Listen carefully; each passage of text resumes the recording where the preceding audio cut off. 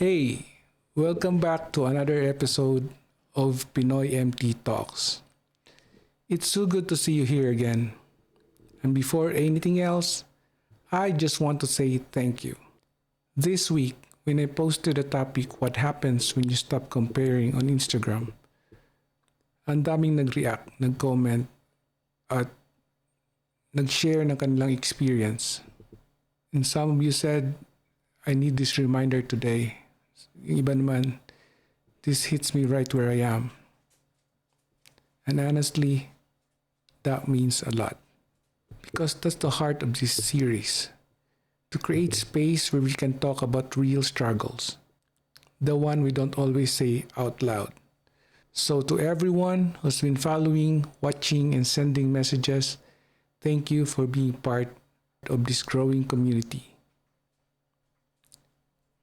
You're not just listeners, you're co-experimenters in faith. We're all learning how to live what we believe one test at a time. Now, since this topic resonated with so many of you, let's really dive in. Because today's faith experiment is something we all deal with quietly, every day, without even realizing it. What happens when you stop comparing? You know, comparison sneaks in so easily. It's not always envy sometimes. It's just that quiet thought. Lord, bakit siya nandun na? Tapos ako, nandito pa rin. You're happy for them, of course.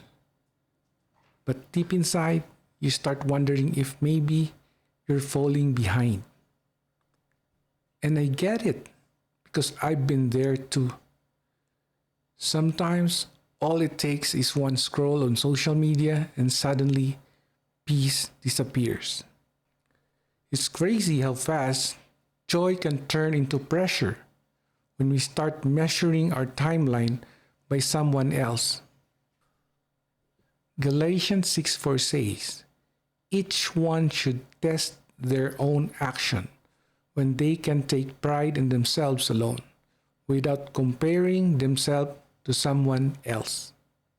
And that line hit me hard because it reminds us your growth doesn't need validation. You don't have to prove that you're catching up. God's pace for you is not slow. It's specific. Do you remember sometimes you're scrolling through your Instagram and when you saw an old batchmate post about their new home, for a second, you can caught yourself thinking. You ask yourself, Lord, when will be that me? That's when you realize you were comparing your process to someone else's result. That moment should change how you saw things because maybe God's not delaying you, He's developing you. When we compare, we lose sight of what's already working in our lives. And sometimes, that's why gratitude fades. We forget how far we become because we're too busy looking sideways. But here's what I've learned. You can't experience peace and comparison at the same time. One has to go. And when I started replacing comparison with gratitude, everything shifted. Instead of asking, Lord, why I don't have that yet, I started saying, Lord, thank you for what I already do. And that one line, that shift, brought so much peace back into my heart. Maybe that's where you are right now. Maybe you've been working hard, showing up, but still feel behind. And you're wondering if you're late. But listen, you're not behind. You're on your timeline. God's timeline. And His pace is never wrong. Stop comparing your season of planting to someone else's season of harvest. Your time will come, and when it does, you will look back and say, now I see why it had to take this so long. So here's your faith experiment for this week. Every time you feel the wave of comparison rise, pause and replace it with gratitude. Say it out loud.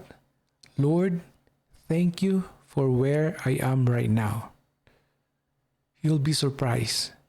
Peace doesn't come when you have more. It comes when you finally appreciate what you already have. Before we end, I just want to say this again. Thank you to everyone who reacts, comments, and share your stories.